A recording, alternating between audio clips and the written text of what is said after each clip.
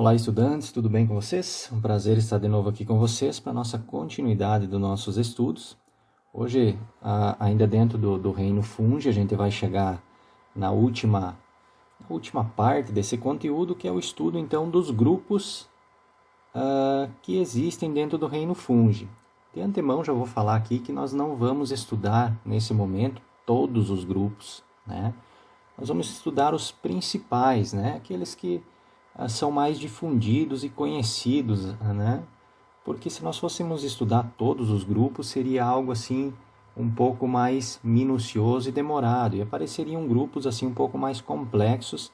Então, acho que agora não é o momento de nós estudarmos todos os grupos, e sim aqueles mais difundidos, os grupos principais que existem, para vocês terem aí uma certa base para, quem sabe um dia aí você conseguir estudar os demais grupos aí que vão ficar faltando nessa aula, certo?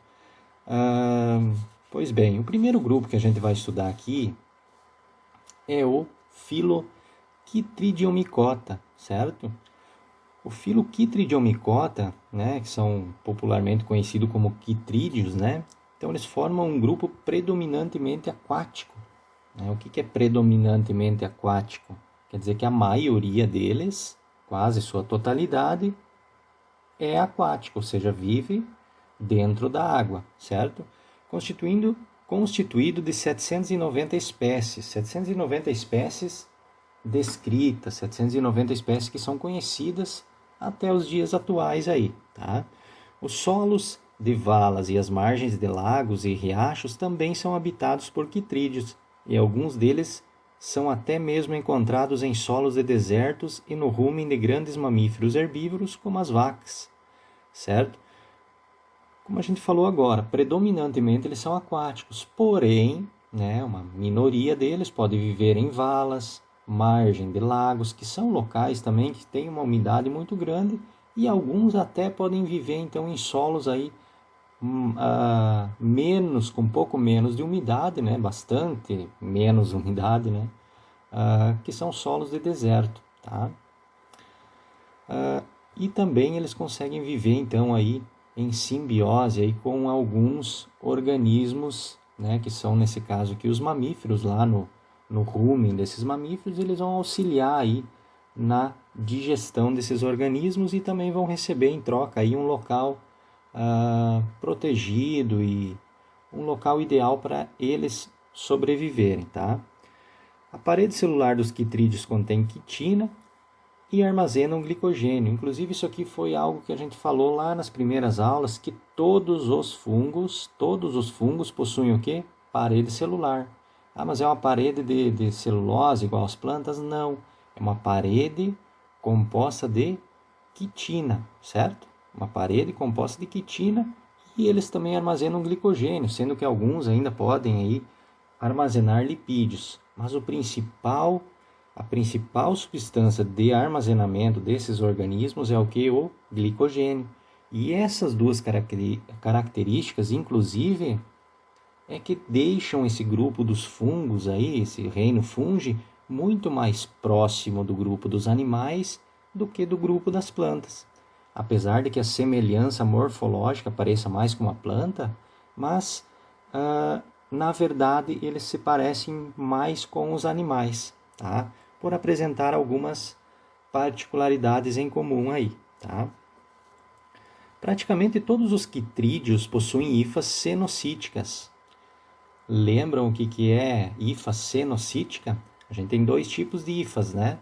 A gente tem uma hifa cenocítica e a gente tem uma hifa septada, né? Uma hifa septada nada mais é do que uma hifa que possui septos, né? O próprio nome ajuda, que são como se fossem divisões aqui dessas células, que vai dividir um pouco os núcleos, vai dividir um pouco o citoplasma, apesar de que os citoplasmas eles ficam em contato, né, por algumas aberturas que vai ter aqui nesses septos aí, tá? Mas a diferença é que as hifas cenocíticas não possuem septos e as hifas que possuem septos são chamados de septados. Mas o que é uma hifa? Uma hifa são células, né? São células alongadas que estão distribuídas em todo o corpo dos fungos filamentosos, daqueles fungos multicelulares, tá bom? E o conjunto de hifas, então, vão formar o micélio, tá? Então, os quitrídeos, então, eles possuem o quê? Hifas cenocíticas, dessa forma aqui, ó, tá? Com poucos septos na maturidade, ou seja, alguns podem aparecer um que o outro septo aí, mas no geral as hifas são cenocíticas, tá? Distinguem-se dos demais fungos principalmente pelas suas células móveis características, que são os zoósporos e gametas, cuja maioria apresenta um único flagelo liso e posterior. A grande diferença realmente é a questão da motilidade deles. Como eles vivem aonde? Predominantemente em ambiente aquático, eles necessitam o quê? No início, né, pensem comigo assim, ó, se é um esporo que ele vive no ambiente terrestre, o vento leva esse esporo e, né, faz a sua parte. Agora na água, né, ele precisa o quê? De motilidade ali dentro da água. Então, desta maneira, esses fungos aqui, esses quitrídeos, eles possuem células móveis, que são os gametas deles são móveis. Logo que produzidos, eles possuem um flagelo, né? Então os gametas vão possuir um flagelo que vai permitir eles a se movimentar em busca aí de um local para sobreviver, ou mesmo também achar um outro gameta para que ocorra uma reprodução sexuada, por exemplo. Tá?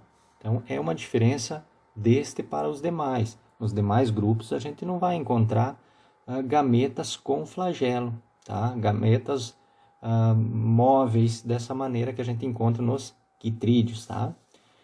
A reprodução pode ocorrer de forma sexuada por alternância de gerações ou assexuada por esporulação. A esporulação vocês lembram, né? É bem tranquilo de lembrar, né? O fungo ele vai produzir o que aí? Um esporângio, dentro vai ter vários esporos que vão amadurecer. Esses esporos aí vão ser liberados, né? Como no caso aqui eles possuem aí flagelos, eles vão chegar a algum lugar, um ambiente em que ele possa sobreviver, vai se tornar um adulto, vai formar de novo o esporângio e continua o ciclo assexuado, né? Então, a formação de zoósporos, né? Os zoósporos nada mais são do que os esporos aí deste organismo. Lembra que eu falei na aula anterior que esses esporos eles acabam recebendo alguns nomes específicos dependendo do grupo que a gente está falando, né? No caso dos quitrídeos, a gente chama isso de zoósporos, tá? E também ela pode ser sexuada por alternância de gerações, né? Daí vocês também vão lembrar que eu falei para vocês o que é uma alternância de geração. Uma alternância de fases, né? Haploide e diploide. Uma fase em que ele tem toda a carga cromossômica e uma fase que ele tem a metade da carga cromossômica, né? Aqui a gente tem alguns indivíduos, né? Que fazem parte, então, deste grupo dos quitrídeos, né? Aqui a gente tem o Quitrídeum confervae, né? Que a gente pode observar nas células a presença do que aqui? De estruturas que vão dar essa certa mobilidade para esses organismos aí, tá? Aqui a gente tem um também muito conhecido e muito difundido, e que o nome também ele dá um certo nó aí na língua, né? Tenta falar bem rápido esse nome aqui, né? Só para você ver como ele enrola mesmo, né? Então, é Batrachochitrium dendrobatidis, tá? Batrachochitrium dendrobatidis. Este fungo aqui, ó, ele está sendo muito estudado, por quê? Porque ele está causando um problema ambiental, né? Ele está atacando quem? Anfíbios. Ele está atacando anfíbios e causando uma doença chamada de quitridiomicose. A quitridiomicose, ela está em alguns casos causando aí o desaparecimento de alguns anfíbios. e hoje hoje ele está sendo muito estudado justamente por essa importância ambiental que ele está nesse momento, tá? Esse fungo, então, ele vai se alojar na pele e ele vai prejudicar o quê? A respiração desses organismos, desses anfíbios. Você sabe que, ou vocês vão aprender ainda que os anfíbios, principalmente esses organismos aí, eles têm o quê? Eles fazem uma respiração cutânea, né? Eles fazem uma respiração cutânea e quando eles estão atacados por esse fungo aí, ele acaba ficando prejudicado essa respiração e ele acaba morrendo aí em 2 ou 3 semanas. Esse anfíbio, esse sapo, uma rã ou perereca, ele vai ser eximado ali daquele ambiente, certo? Então, por esse motivo, ele está sendo muito estudado, inclusive de um grau muito grande de importância, então, neste momento, né? Então, o Batrachochytrium dendrobatidis, tá? E aqui a gente tem, então, a reprodução, né? Lembra da aula passada que a gente falou da reprodução? Falei para vocês que nós íamos ver de um modo geral e que depois nós íamos ver dentro de um grupo. Olhem, lembra da aula passada? Era um pouco mais simples, né? Todo aquele ciclo de reprodução. Aqui a única mudança que teve aqui é que tem uns desenhos um pouco mais complexos em relação àquela aula que a gente teve anteriormente, tá? Então eu vou comentar apenas rapidamente aqui o processo, porque a gente já estudou isso na aula passada, tá? Então agora vocês já vão começar a assimilar aquilo que a gente estudou na outra aula, tá? Então vamos começar aqui por esse indivíduo adulto, aqui esse indivíduo maduro, né? Ele vai ter aqui o que? Um esporófito, né? Ou seja, o organismo é um esporófito maduro, né? Ou seja, um produtor de esporos, né? E a gente vai ter o que aqui, ó? Esses marronzinhos aqui são quem? São os esporângios, né? Os esporângios, eles fazem o que? Eles produzem e armazenam o que? Os gametas, né? Os esporos, tá? Que, nesse caso aqui, a gente chama de zoósporos, né? E quando ele estiver maduro, o que vai acontecer? Olhem aí os zoósporos saindo, né? Esses zoósporos aí vão sair, vão encontrar um ambiente adequado para eles vão germinar, certo? Lembrando que dentro aqui, ó, desta fase para cá, ele sofre aqui o quê? A meiose, tá? Aqui vocês estão vendo que ele é 2N. Quando ele sofre meiose, ele sofre uma redução na sua carga genética, certo? Se ele sofrer uma redução aqui, cada zoósporo ele vai ter o quê? Uma condição de haploide, né? Ou seja, uma condição de ter metade da sua carga genética original, total, certo? Esses zoósporos, então, eles vão germinar, eles vão formar, então, aqui os chamados gametófitos, tá? Então, a gente tem o gametófito e o esporófito. O esporófito, produz o quê? Esporos. O gametófito produz o quê? Gametas, né? Certo? Olhem aqui, então, o gametófito maduro. Esse gametófito maduro, ele possui, então, uma condição haploide também, né? Neste gametófito, a gente vai ter a produção, então, do quê? Do gametângio feminino e o gametângio masculino. O gametângio feminino produz o quê? Gametas femininos. Já o gametângio aqui masculino produz o gameta masculino, certo? E os dois com a condição haploide ainda, tá? Os dois têm a condição haploide, vão amadurecer esses dois gametângios aqui e vão liberar os seus gametas. Esses gametas vão fazer o quê? Vão se unir, vão fecundar, vão formar um indivíduo novo, ou seja, um zigoto, né? Com a carga de 2N aqui, estão vendo? 2N significa uma condição diploide, né? Ou seja, ele já voltou à sua condição diploide aqui. Ele vai germinar e vai formar o quê? Um esporófito e um esporófito adulto, né? Um esporófito jovem e um esporófito maduro, adulto. E aí o ciclo de reprodução sexuada continua, certo? Sempre com essa alternância de fases, né? Fases haploides e fases diploides. Fases haploide, diploide, diploide, certo? Se fosse só uma reprodução assexuada, né? Nós teríamos aqui então um esporófito que produzia os zoósporos. Esses zoósporos sofreriam apenas mitoses, né? Ou seja, manteriam a sua condição diploide, são liberados e eles acabam germinando, formando novamente um esporófito. Esse esporófito produz esporos, germina, produz um esporófito. Essa é a reprodução assexuada. A única diferença está aqui que ele não tem essa alternância de gerações e não tem essa, digamos assim, essa variabilidade genética que tem em uma reprodução sexuada, tá certo? Ok? A diferença é que aqui ele sofre mitose.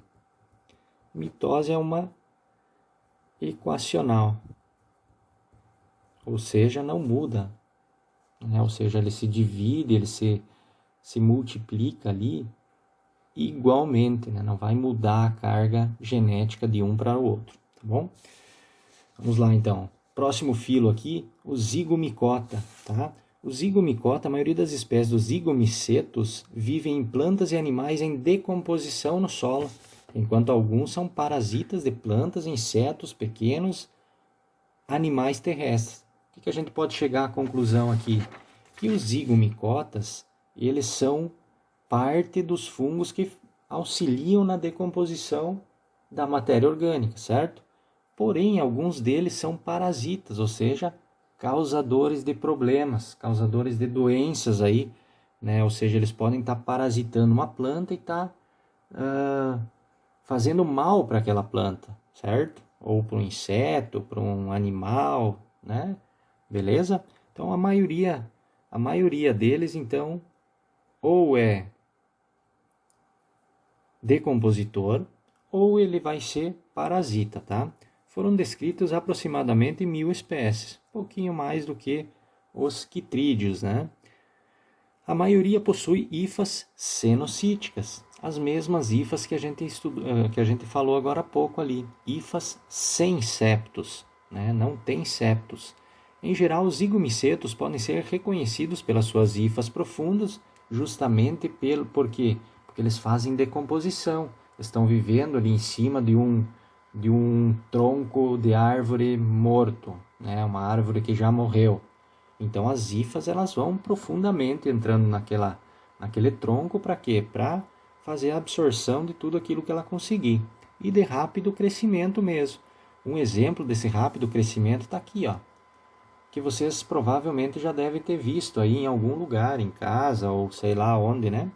Isso aqui, ó, é de um dia para o outro, o pão ele está totalmente invadido por esse fungo aí, né? Então ele tem um rápido crescimento e são bem profundas. O que eu costumo dizer é o que? Se você vê lá no teu pão uma pontinha aqui, ó, só desse fungo, né? Se não tivesse nada desse outro, só esse ali, quer dizer o quê? Que os micélios vegetativos já tomaram conta dele, né? E esse que a gente consegue ver aqui são o que? O micélio o que? Reprodutor. Então ele já está se reproduzindo aqui nesse pão, tá? Enquanto você não vê ele ali, ele está agindo lá dentro. Mas aqui ele já lançou as suas estruturas de reprodução, tá? Porém, alguns também podem exibir, em certas condições, uma forma de crescimento unicelular e leviduriforme, ou seja, uma condição unicelular, mas que, olha, é bem difícil acontecer. Só vai acontecer em momentos assim, com déficit de alguma condição boa para ele sobreviver, certo? Fora isso, não. Todos são filamentosos, todos são multicelulares, tá bom? Aqui a gente tem então o exemplo que eu falei para vocês do pão, né? Então essa estrutura que a gente vê verde escura por cima aqui são o quê? As estruturas de reprodução, né? Aqui a gente tem os esporângios, que são os produtores de esporos, tá? Ok? A reprodução assexuada por meio da esporulação é quase universal entre os zigomicetos. Então, a reprodução assexuada, ela se dá por esporulação, tá? Que é justamente o que acontece aqui, né?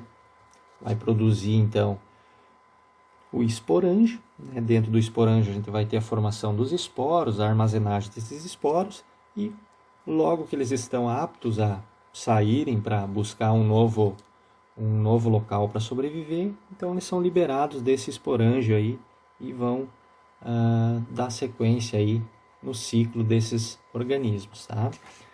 Porém, a reprodução aqui é sexuada, ó, eu errei na digitação. Porém, a reprodução sexuada também está presente nesse grupo. Ou seja, nós temos reprodução assexuada por meio da esporulação e nós também podemos encontrar reprodução sexuada, tá? Uma característica marcante dos zigomicetos é a formação de um tipo especial de esporos chamados zigósporos, né? No outro ali a gente viu que são os zoósporos, esse aqui são os zigósporos, tá? Que são os esporos, como a gente falou na aula sobre a reprodução, tá? Nomezinho diferenciado que eles recebem aqui quando são deste grupo, tá? Que permanecem dormentes por longos períodos. A reprodução sexuada em algumas espécies exige a presença de dois micélios fisiologicamente distintos, designados linhagens mais e menos. Quando os dois indivíduos compatíveis estão em estrita proximidade, eles produzem hormônios que estimulam o crescimento das hifas, que entram em contato uma com a outra e desenvolvendo os gametângios. Isso aqui é interessante, ó. Primeira coisa que a gente tem que entender aqui. Quando a gente está falando em fungos, a gente, por exemplo, a gente não vai falar aqui em feminino e masculino aqui, tá? Claro que alguns exemplos a gente pode usar como masculino e feminino para você entender, né? Algo didático. Mas o correto é a gente chamar de linhagem mais e linhagem menos, né? Porque não tem ali uma definição exata de quem é o masculino e o feminino. Então eles chamam de linhagem mais e linhagem menos, para poder diferenciá-los, né? Então, veio mais, veio de um micélio, ou linhagem menos veio de outro micélio, certo? Só por esse motivo aí. Quando os dois indivíduos, então, eles estão próximos, lembra que na aula passada eu falei sobre isso?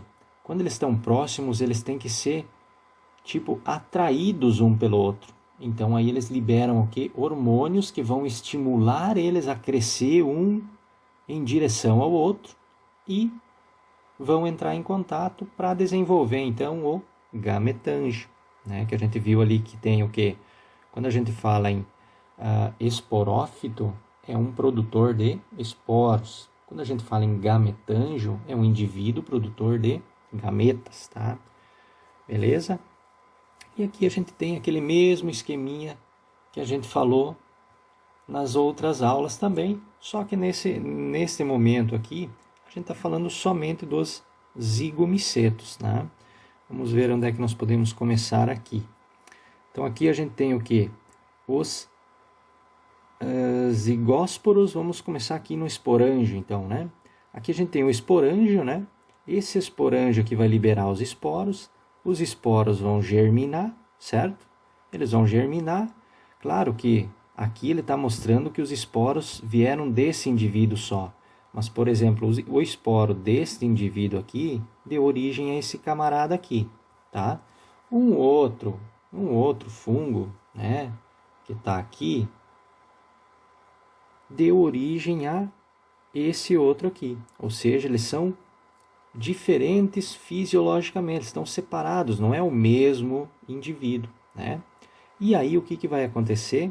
Eles estão muito próximos e tal, e aconteceu o quê? A produção de hormônios, que fez o que? As hifas se aproximarem, e aí a hifa do camarada que vai ser o mais e a hifa dele do outro que vai ser a menos, certo? Então os dois micélios aqui, ó, eles vão se encontrar, né? E vão fazer o quê? Vão se unir ali, vão formar o quê? Gametângios, né? Esses gametângios, eles vão fecundar-se, ou seja, eles vão se fundir ali, né? Certo? E vão formar o quê? Zigosporângio, né? Ou seja, zigosporângio formador de zigósporos, né? Que são os esporos aí, né? Depois da fecundação, esse zigosporângio, então, ele vai produzir os zigósporos, que vai sofrer meioses, vai produzir esporângios, né? Vai produzir, então, o indivíduo. Esse indivíduo produz o esporângio, né? Ele germina, no caso aqui, ó, veio o zigósporo, né? Foi produzido aqui. Só vamos falar em carga, né? Para ficar igual aos outros, né?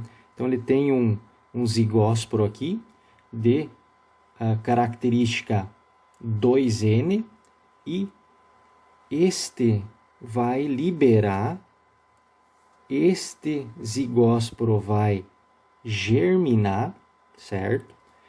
Este zigósporo aqui, ele já tem a condição de N, condição haploide, tá aqui, ó. Essa condição haploide deu-se aonde? Aqui na meiose, tá certo? Deu a meiose, formou então o esporo haploide. Esse esporo germinou, formou um esporângio que liberou esporos com a metade da carga, ainda haploide, ó. Esses germinaram e um outro camarada também liberou lá. Eles germinaram próximos, né? Eles se encontraram os micélios. Esses micélios ali então como é que eu posso dizer? Se fundiram ali, né? Eles fusionaram, né? Os citoplasmas, né? E ali formou-se então os gametângios. Esses gametângios aqui então eles estão fundidos, né? Estão fusionados, né? E eles vão ter o que ali? Dois núcleos, né? Ou seja, dois núcleos o quê? Dois núcleos haploides, um N e o outro N também. Quando esses dois núcleos aqui se fusionarem, formando um só, vai ocorrer a fecundação. E aí N mais N vai formar o quê? 2N. Tá certo? Acho que ficou mais claro assim, né? Beleza? E aí nós voltamos nessa etapa aqui. Na formação então dos zigósporos. Esses zigósporos aí vão sofrer meiose, vão reduzir a sua carga genética e aí voltamos aqui nessa condição aqui. Beleza? Não sai muito fora daquilo que a gente estudou, apenas nomes um pouco diferentes, né? Como eu já tinha alertado vocês que algumas particularidades a gente iria encontrar dentro de cada grupo, tá bom? O outro grupo que a gente vai estar abordando aqui é o filo Ascomicota. Os ascomicetos, que compreendem cerca de 32.300 espécies. Nós falamos lá nos quitrídeos, 790, falamos aí nos zigomicetos, em torno de 1.000 espécies, e agora pulou para 32.300 espécies descritas. Este grupo aqui é o mais difundido, o maior grupo dentro do reino fungi, tá? Então, os ascomicetos, ou os ascomicotas, né, que compreendem cerca de 32.300 espécies descritas, são representantes desse filo, quem? As leveduras, ó, interessante. Se as leveduras fazem parte desse grupo, a gente consegue dizer que grande parte são unicelulares, né? Diferente dos outros dois grupos que a gente viu até agora, né? Então, e grande parte dos fungos formadores de líquens. Lembram dos líquens? Aquela associação mutualística entre algas e fungos? Então, os fungos do filo Ascomicota que fazem parte, grande parte, desta interação simbiótica com as algas, tá? Principalmente com algas verdes lá, tá? Então, são formadores de líquens. Os ascomicetos apresentam formas de crescimento unicelulares, que são as leveduras, né, que a gente colocou aqui, ó, e também filamentosos, ou seja, a gente pode encontrar também multicelulares. Ou seja, um grupo que é uni ou multicelular, tá bom? Em geral, suas hifas têm septos perfurados, ó, esse já mudou. Esse aqui possui hifas com septos, ou seja, hifas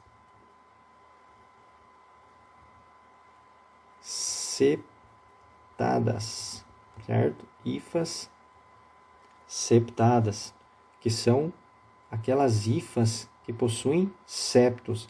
Porém, esses septos eles acabam deixando o quê? Perfurações, ou seja, locais em que o citoplasma dessa pode passar para cá, ou desse aqui pode passar para cá, daqui pode passar aqui, certo? Não tem uma divisão muito correta entre uma célula e outra, tá? A única coisa que dificilmente passa de um lado para o outro é quem? Os núcleos. Esses aí dificilmente vão fazer uma passagem de uma para o outro. Agora, os outros fluidos que a gente tem no citoplasma aqui, eles vão passar livremente de um para o outro aqui através dessas perfurações nos septos aqui, tá bom? Que possibilita o movimento do citoplasma, né? Que falei para vocês, e raramente dos núcleos de uma célula para outra adjacente.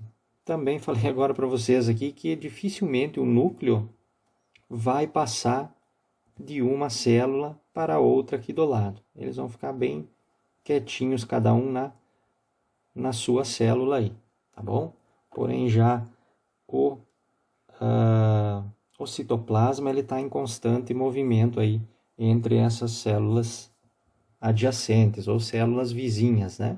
Tá bom? Aqui a gente tem exemplos, então, desses representantes. Eu coloquei aqui dois, né, que eu considero aí um deles mais interessantes e importantes, né, que é o Saccharomyces cerevisiae, que é aquele fungo que faz a questão da fermentação alcoólica, né? Bebida alcoólica, certo? É o Saccharomyces cerevisiae. Então, ele tem uma grande importância para o ser humano, né? Na questão da produção de alimentos, né? Fermentos, né? Principalmente também, né? Padarias, bolo, né? E vários outros aí também. Outro fungo que faz parte, então, deste grupo dos ascomicotas aí, é o fungo que é precursor da penicilina, né? Que foi produzido através desse fungo aqui, ó, que é o Penicillium notatum, certo? Este fungo é que foi precursor da penicilina, que a gente toma hoje aí, um potente antibiótico, né? Antibiótico, certo? Que a gente falou também lá na primeira aula sobre isso aqui. E esse fungo em específico, ele faz parte do filo Ascomicota, tá bom? A reprodução pode ocorrer de forma assexuada por esporulação também, né? A formação de conídeos ou conidióforos, né? Que são aí em outras palavras, aquele esporângio lá que a gente estudou, tá? E também algumas espécies, principalmente as leveduras, através de brotamento. Leveduras que são unicelulares, elas fazem então a reprodução assexuada por brotamento, tá? Reprodução sexual envolve a formação de ascos e ascósporos, tá? Que são aquilo que eu farei para vocês também, né? Que são os esporos, porém, em cada grupo eles têm nomezinhos diferentes, dependendo então do grupo, né? Então, como a gente está tratando do ascomicota, os esporos são os ascósporos, tá? Certo? Tem relação um pouco com o nome, ok?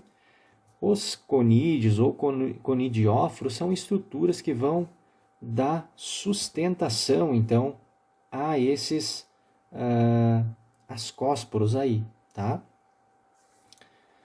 Então aqui a gente tem esse conidióforo, né? Esses conídeos que são aqui. O conidióforo, né? Que vai ser uma estrutura que vai dar sustentação aos conídeos, né? E os conidiósporos vão estar nessa parte mais superior aqui, tá? São as estruturas aí que vão produzir e formar os ascósporos aí, tá bom? A reprodução, então, por brotamento, como a gente também já havia visto em aulas anteriores, né? Nada mais é do que como se fosse similar realmente a um broto, né? Que vai aparecendo, então, em células, né? E aí ele vai amadurecendo, vai aumentando o tamanho, e quando chega o momento ele se separa, então, da célula mãe, tá bom? E ocorre principalmente nas leveduras que são unicelulares. Ok? Aqui então a gente tem toda aquela história de novo, né? Toda aquela historinha de novo, só que tem uma diferencinha que nós vamos encontrar também em alguns casos aí nos cogumelos também, que depois a gente vai falar. Mas aqui a gente tem as formação então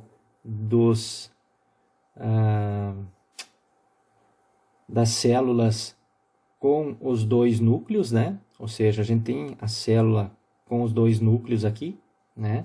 A gente tem uma carga haploide em cada um deles. Eles vão então se fundir, vão começar a sofrer meioses, né? Vão formando outras estruturas, vão formar uma estrutura onde os dois vão entrar em contato, vão formar então a estrutura aí de produção dos ascósporos, né? Esses vão germinar, né?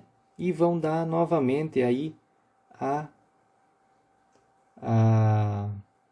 origem a um novo organismo, né? Tudo aquilo como a gente já falou nos outros grupos também, tá bom?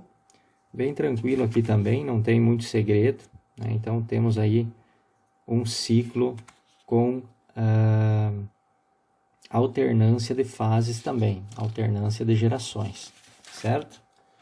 E o último grupo aqui que a gente vai falar um pouquinho é o filo Basidiomycota, tá? Esse filo Basidiomycota, eles são fungos totalmente multicelulares, ou também chamados de filamentosos, né? E apresentam hifas septadas, tá? Assim como o grupo que a gente acabou de ver também. São descritas cerca de 22.300 espécies, dentre elas os cogumelos e orelhas de pau aí, que são os mais conhecidos. Inclusive dentro aí do grupo do reino fungo, eu acho que se tu falar, vou dar um exemplo de fungo, o primeiro que vem à cabeça é o cogumelo, né? Então é um dos mais difundidos. Então todos eles fazem parte do filo Basidiomycota, tá bom? E também as orelhas de pau. Então a gente tem os cogumelos e as orelhas de pau, né, que são mais conhecidas e fazem parte sim do filo Basidiomycota, tá bom? Os membros desse filo desempenham um papel central na decomposição de substratos vegetais, ou seja, eles sempre vão estar em cima de algum substrato, de alguma planta morta, de algum tronco, né, um tronco de árvore, em cima de fezes de animais, né? Então eles vão estar ali participando diretamente na decomposição de substratos, tá? Aqui a gente tem a orelha de pau e aqui o cogumelo, né? A amanita, que inclusive os cogumelos, alguns, claro, são comestíveis, como é o caso do champignon, que a gente se alimenta, tem no mercado, a gente come na pizza e várias outras situações aí, mas também tem cogumelos que podem ser tóxicos, né? Como é o caso dessa amanita aqui, né? Que ela tem aí algumas toxinas, né? Com efeitos aí que podem fazer trazer algum prejuízo, então, para aqueles que o comerem, né? Que se alimentar dele, tá bom? Os basidiomycotas distinguem-se dos demais grupos pela produção do basidiósporo. O basidiósporo é o quê? Os esporos dos basidiomicotas, tá? Na natureza, a maioria dos basidiomicetos reproduz principalmente por meio da formação de basidiósporos, né? Ou seja, a principal reprodução deles é através dessa produção dos esporos, né? Ou seja, desses basidiósporos aí, né? Aqui a gente está vendo o que aqui, ó? Uma representação de um cogumelo, onde a gente tem aqui o himênio, né? Lembra do chapéu do himênio, né? Da estipe, né? Todas as partes aqui desse micélio reprodutivo. Aqui no himênio a gente tem a produção então de esporos, né? Armazenamento e produção desses esporos. Esses esporos, vocês estão vendo que eles já têm aqui uma condição o quê? Esses micélios aí, ó, eles possuem aqui células, né? Com a presença dos dois núcleos haploides, certo? Ou seja, é uma condição que ele já veio de lá de trás, né? Então já tem os dois núcleos ali, ó, dentro da célulazinha do micélio, tá? E aí o que vai acontecer ali? A cariogamia. O que é a cariogamia? Vocês lembram? Ó, aqui está escrito cariogamia. Ó. O que é a cariogamia? Fusão dos núcleos. Ou seja, vai ocorrer a cariogamia, fusão desses dois núcleos que estavam ali presentes aí nesse indivíduo, nesse micélio, tá? Pois bem, o que vai acontecer depois? Eles vão fusionar, ó, ficou um só agora, com uma carga diploide. Não é verdade? Ó? Aqui era 2 com cargas haploides. Fusão dos dois núcleos formou um só com carga diploide. Primeira divisão meiótica, ou seja, vai sofrer meiose. Quando a gente fala em meioses, a gente está falando em divisão reducional, né? Vai reduzir a carga desse indivíduo, né? Ou seja, vai reduzir a carga genética dele, a carga cromossômica dele. Tá? Se ele tem 2N, ele vai partir aqui para quê? Para ser N de novo. Ele virou 2N, fusionou, recebeu a informação dos dois, e aí sofreu meiose, N mais N, sofreu uma segunda meiose, né? E aí formam-se então os basidiósporos, que são nada mais são do que os esporos, né? Vou colocar aqui, ó, esporos.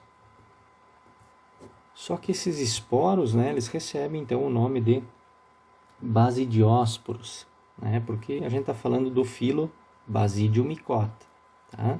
Esses esporos aí vai ocorrer o quê? Eles vão seguir, eles vão germinar e vão formar um micélio, não é verdade? Conjunto aí de hifas, que são células alongadas. E aí vai ocorrer o quê? Está escrito aqui, ó, plasmogamia. O que é a plasmogamia? Fusão do citoplasma. Essa fusão do citoplasma, ela se dá quando dois germinaram um próximo do outro, aquela historinha dos hormônios, eles vão chegar o crescimento um em direção ao outro e vão fazer o que? A fusão de citoplasmas. Ou seja, esse camarada vem com o núcleozinho que ele tem, esse camarada vem com o dele. Olha ali, ó, fusionou e ficou com quantos ali? 2 núcleos, não é verdade? Ó, 2. Os dois com cargas haploides. Beleza? E aí, ele vem vindo, ó. Formou então esse micélio, né? E aí, deixa eu ver o que está escrito aqui, um basídio jovem, certo? Um indivíduo jovem, ok? Formou-se então um indivíduo jovem a partir do que? Dessa junção aqui desses dois micélios aqui, né? Então ele juntou, fusionou ali, né? E aí era era um micélio, vamos dizer assim, primário aqui, né? Ou seja, estão separados. Juntou-se aqui, formou então um micélio secundário, ok? Micélio secundário, primário estão separados. Fusionou o citoplasma, micélio secundário, formou aqui um indivíduo jovem, né?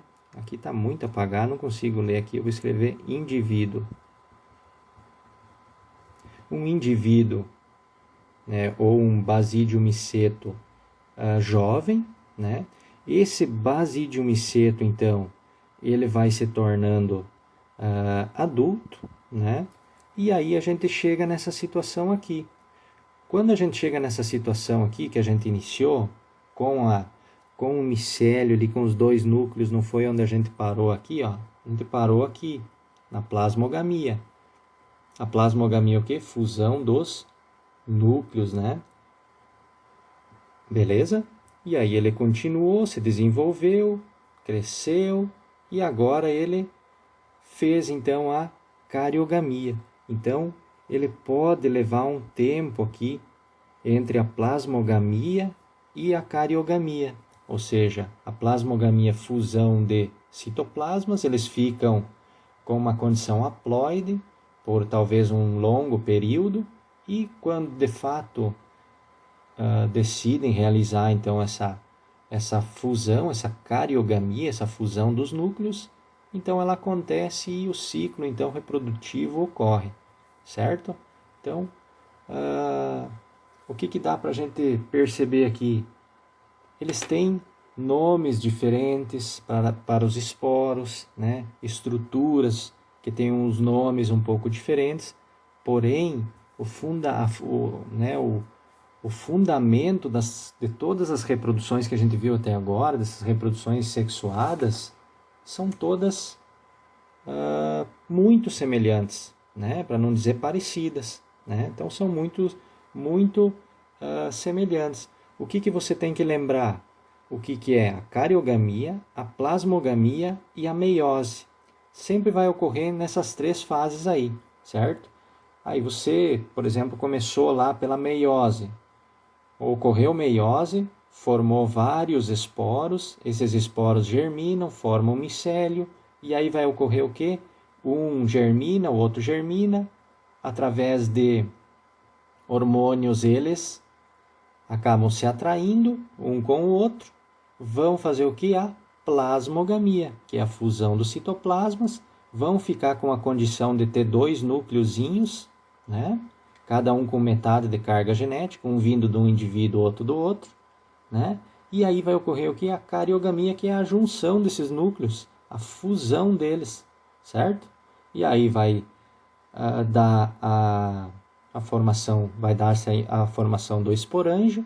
Esse esporângio vai sofrer várias meioses, né, na produção dos seus esporos. E aí volta a condição de novo. Então sempre lembrem, quando falar em reprodução sexuada de fungos, de meiose, que é uma divisão, né, uma divisão reducional, meio, né, vai dividir ao meiose, meio, né?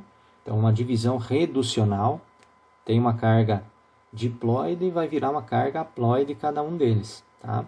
E aí depois vem a plasmogamia e a cariogamia. Se você lembrar dessas três sequências ou dessas três fases que ocorrem aí, você consegue ler qualquer um que for o conceito aqui de reprodução sexuada, tá certo? Beleza? Chegamos ao fim aí da nossa aula de hoje e também ao fim do estudo aí do reino fungi, certo? Eu espero aí que de uma maneira geral, né, de todas as aulas aí, que foi um conjunto aí de 5 aulas, que vocês tenham gostado, que tenham compreendido, né? E aguardo vocês aí nas próximas aulas, tá? Um abraço para vocês e bons estudos.